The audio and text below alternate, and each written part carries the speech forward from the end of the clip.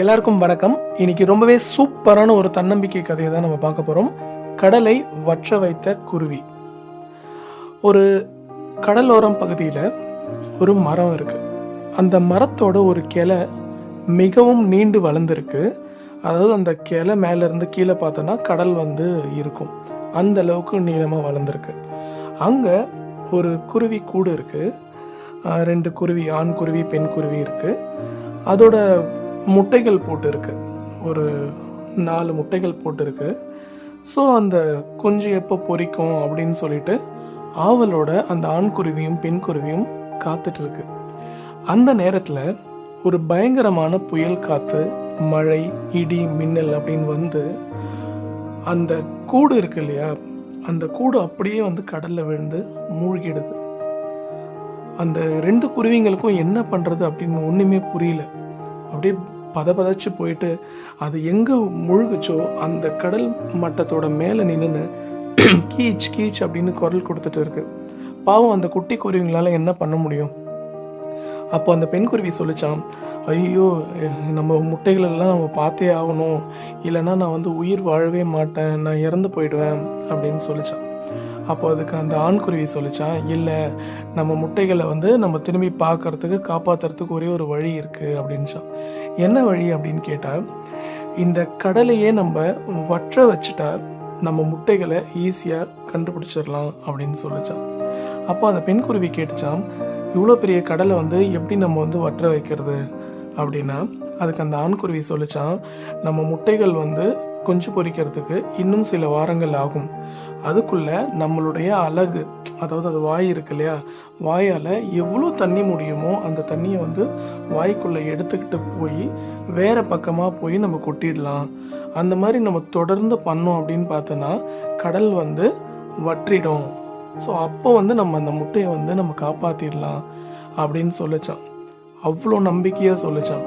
So அந்த பெண் குருவியும் அந்த ஆண் குருவியும் உடனடியாக அவங்களுடைய வேலையை ஆரம்பித்தாங்க.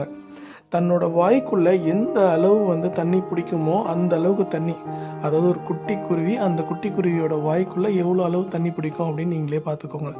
ஸோ அந்த தண்ணியை எடுத்துகிட்டு பறந்து போயிட்டு கொஞ்சம் பக்கத்தில் இருக்கிற ஒரு காடுன்னு வச்சுக்கோங்க, அந்த காட்டில் உமிழ்ந்துட்டு வருது. ஸோ அது தொடர்ந்து பண்ணிக்கிட்டே இருக்காங்க, இடைவிடாமல் பண்ணிக்கிட்டே இருக்காங்க. டே நைட்டு ஆகிட்டே இருக்கு. அந்த நாள் ஃபுல்லாக ஓடிடுது. ஸோ அப்படியே ஆனால் அவங்க சோர்வடையவே இல்லை. ஏன்னா தான் குட்டியை காப்பாற்றணும், தன்னுடைய முட்டைகளை காப்பாற்றணும் அப்படின்னு சொல்லிட்டு தொடர்ந்து பண்ணிகிட்டே இருக்காங்க. அப்போது அந்த வழியாக ஒரு முனிவர் வராரு. அதாவது முனிவர்னால் சாதாரண முனிவர் இல்லை, பயங்கரமான தவ வலிமை கொண்டு பெரிய பெரிய சக்திகள்லாம் வச்சுருக்க ஒரு முனிவர் நடந்து வந்துட்டுருக்காரு. அவர் நடந்து யதார்த்தமாக போயிட்டே இருக்கும்போது கீச் கீச் கீச்சுன்னு ஏதோ ஒரு சத்தம் கேட்குது. என்னடா இது சத்தம் கேட்குது அப்படின்னு பார்த்தா இந்த 2 குருவிகள் பறந்து போயிட்டு வரதை அவர் பார்க்குறாரு. சரி ஓகே அப்படின்னு சொல்லி திருப்பியும் நடந்து போக ஆரம்பிக்கிறாரு. திருப்பியும் கீச் கீச்சுன்னு சவுண்டு கேட்குது. என்னதான் பண்ணுதுங்க இந்த குருவிங்க அப்படின்னு பார்த்தா கடல்லேருந்து எதையோ எடுக்குதுங்க. ஸோ இந்த டைமில், அதாவது இந்த வெயிலில் அங்கே எதுவுமே இறை கூட இருக்காது. எதை இவங்க வாயில் கவிட்டு போகிறாங்க அப்படின்னு கொஞ்சம் நேரம் ஒத்து பார்க்குறாரு.